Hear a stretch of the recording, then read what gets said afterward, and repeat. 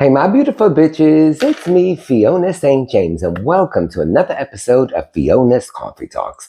And as always, I like to start off every day with a fresh, hot, black cup of coffee. Hold the cream! I'd love to. And of course, I think of my favorite quote of the century by Oscar Wilde, which says, "Life is too important to be taken seriously, so lighten up, folks." So, today's topic is, drum roll please, 2023, a year in review. Okay, so this year was interesting, just even in terms of this channel, because as you know, I did 3 different 8-part series: Life of an Actor, Life of a Sex Worker, Life of a Drag Queen Empress. So then, other stuff that happened throughout the year, I didn't really speak about because I was doing those. So this is just going to be a quick overview, the good with the bad, because that's what life is, right? Good with the bad. So, I guess my biggest takeaway is like all the good stuff that happened. In particular, I'm reconnecting with one of my dearest friends, Marcella. Hey, girl.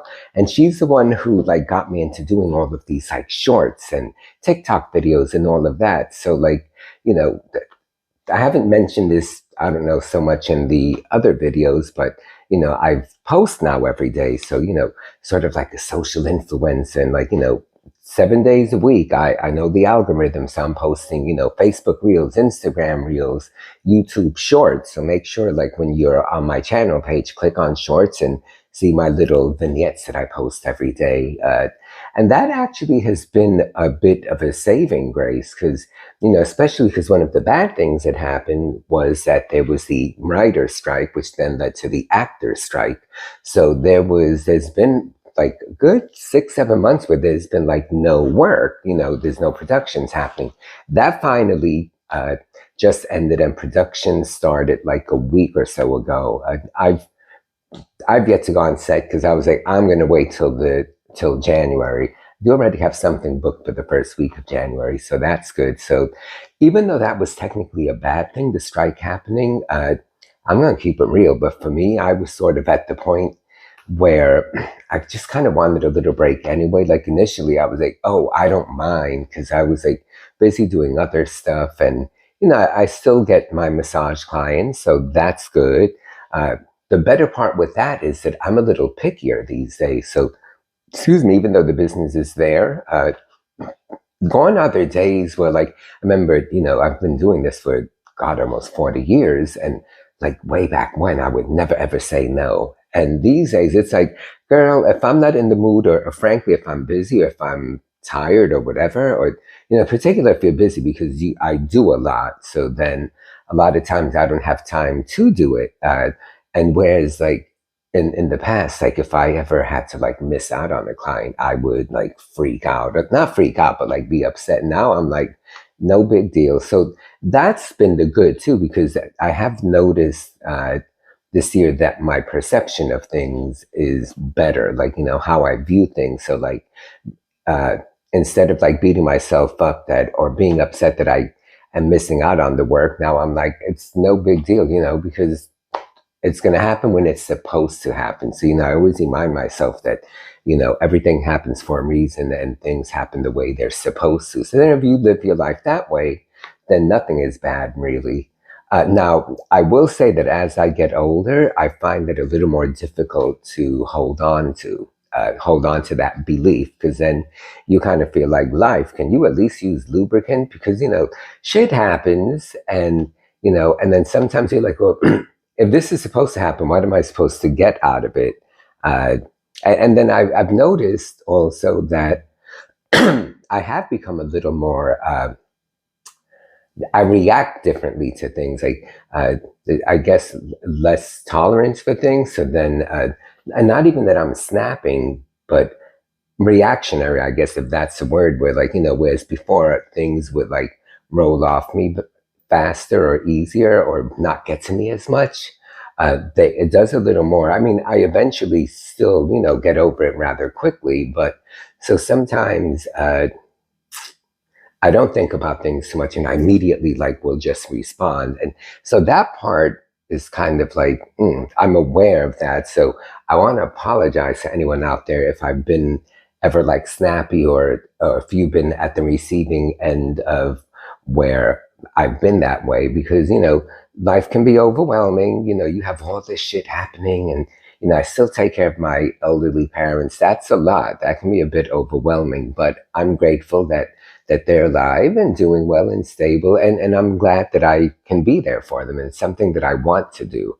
But it still doesn't mean that it's not difficult. So I guess the essence of all of this and what I really learned this year was to like learn how to breathe a little more, or breathe better, or breathe before like responding or reacting as so much.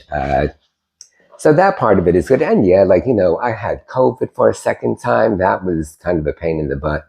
Uh, Not fun, but because I've gotten like every booster shot out there, the recovery was pretty quick, and it's not like I had these horrible symptoms.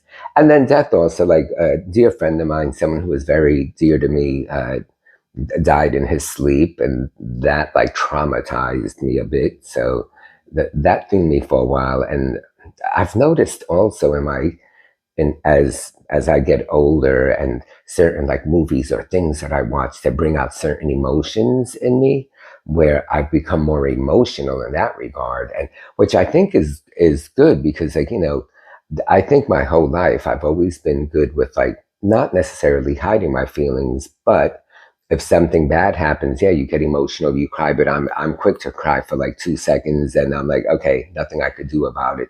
And even though I still have that pragmatic side to me, suddenly now I'm letting myself experience that more. Or I don't know if it's so much that I'm letting myself do it, or if that is just the natural evolution of who I've become, or who I'm becoming, because it's almost like I watched that series Fellow Travelers. That was so incredible.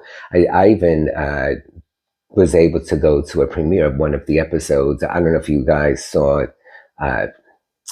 So the little short I did on that, but I met all of the actors, Matt Bomer, Jonathan Bailey, and, they were there at the screening. There was a Q&A, and then met them afterwards. And it was incredible just to talk to them. And, that was a big highlight for me.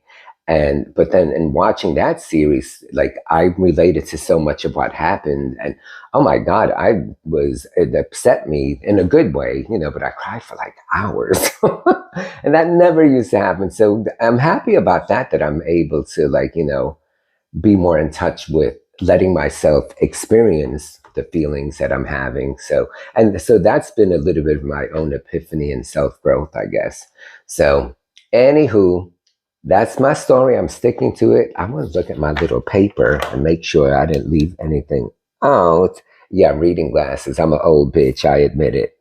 Yeah, I mean, I pretty much covered it all, and I knew I have it. I just wanted to make sure. So anyway, my Christmas stuff is still up. Today is technically December 26th. This will air this Friday, which is the 29th. That's why my Christmas stuff is all up. So anyway, hope you guys had a good holiday season, a good year. I hope you guys learned a lot too. And when you reflect back on it, that I think the most important thing is like learning as much as you can about yourself and embracing the changes. Because I'm definitely, I think I'm a different person at the end of this year than I was at the beginning of the year. And, change is growth, and growth is good. So, all right, guys, have a good new year. So after this video, which airs Friday in 2 weeks, I will have my 2024 in review and letting you guys know, because for next year, I'm going to do the same thing, 3 different 8-part series, 3 other subjects or categories, but I will reveal those the next video. All right, guys, as always, thank you so much for being here. Have a safe and healthy rest of the year. Enjoy the new year. Happy New Year in advance. And I will see you guys soon. Love you.